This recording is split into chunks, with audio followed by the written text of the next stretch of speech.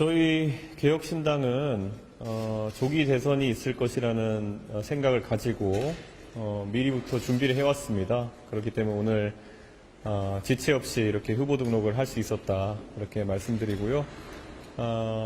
지금 대한민국의 지도자로서 누가 적절한지를 겨루는 상황에서 저는 미래지향적이고 무엇보다도 글로벌 환경에 적응할 수 있는 그리고 과학기술 분야에 대한 전문성이 있는 후보가 이번 대선에 주목받을 것이다 이런 생각하고 많은 분들이 그런 영역에서 경쟁했으면 좋겠다 이렇게 생각합니다. 예, 오늘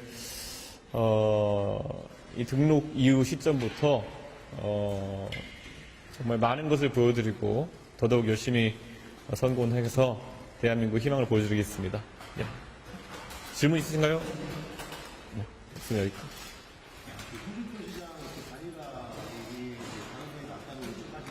예.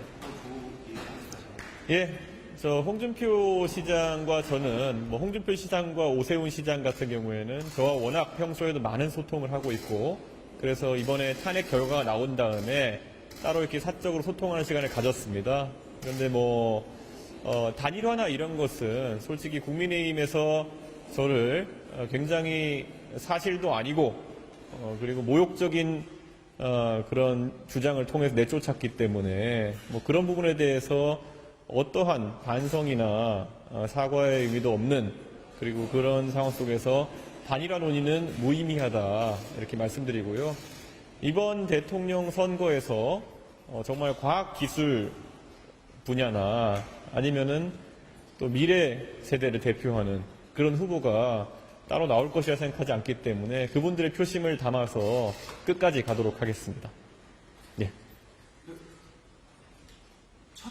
유치한 질문일 수 있겠지만 첫 대선 후보 등록이신데 네. 기분이 어떠신지 그리고 아직도 어리다는 네. 여러 언론에서 질문 받으셨겠지만 아직 어리다는 그런 비판에 대해서 저는 대한민국의 많은 영역에서 지금 40대보다도 젊은 사람들이 활약하고 있는 시대다 이렇게 생각합니다.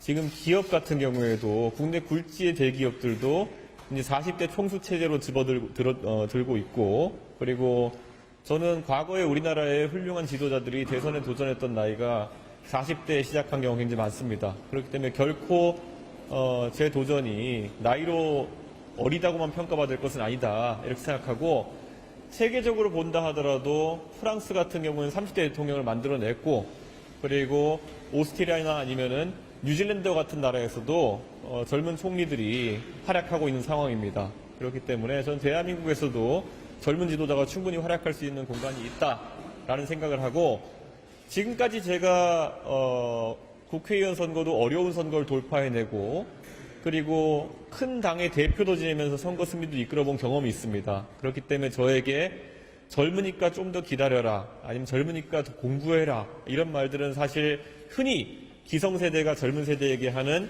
가스라이팅에 가까운 이야기다. 저는 이렇게 생각합니다. 제가 만약 실제로 더 배워야 될 것이 있고 공부해야 될 것이 있다면은 그것을 정진하겠지만은 막연하게 기득권이 젊은 세대의 도전을 누르는 언어로 그렇게 나이가 사용되지 않았으면 좋겠다 이런 생각하고요.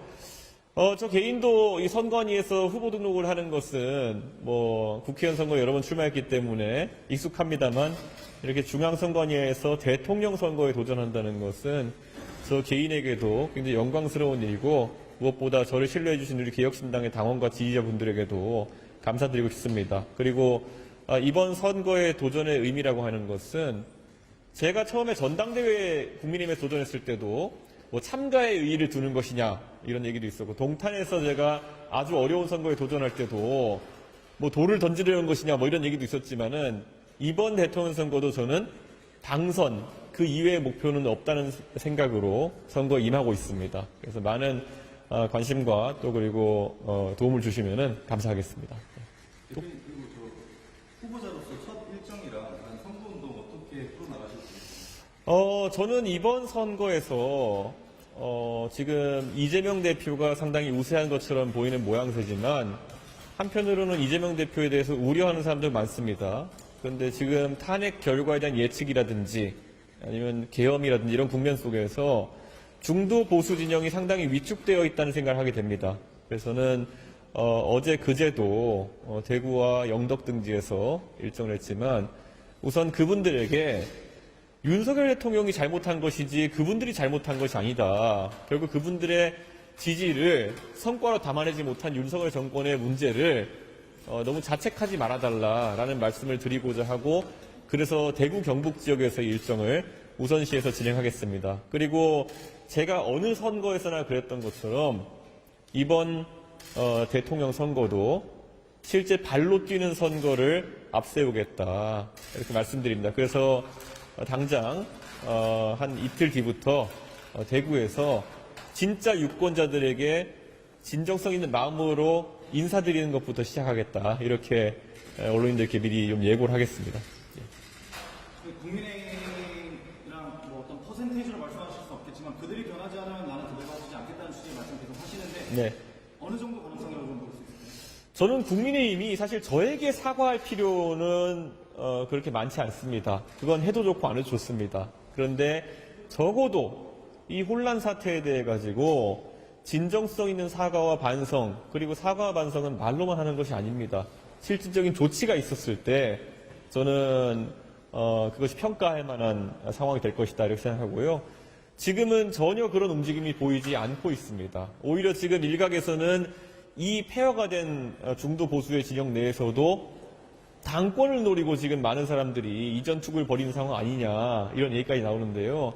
사실 그게 굉장히 부끄러운 상황입니다. 그래서 저는 어떤 주자일지 모르겠지만 만약 국민의힘에서 대통령 선거에 도전하시는 분들이 있다면은 반성과 그리고 그에 따른 실질적인 조치들을 앞세우는 후보가 국민들에게 더 주목받지 않을까 그런 생각을 하면서 한번 저도 잠자코 지켜보겠습니다. 네, 여기까지 하겠습니다.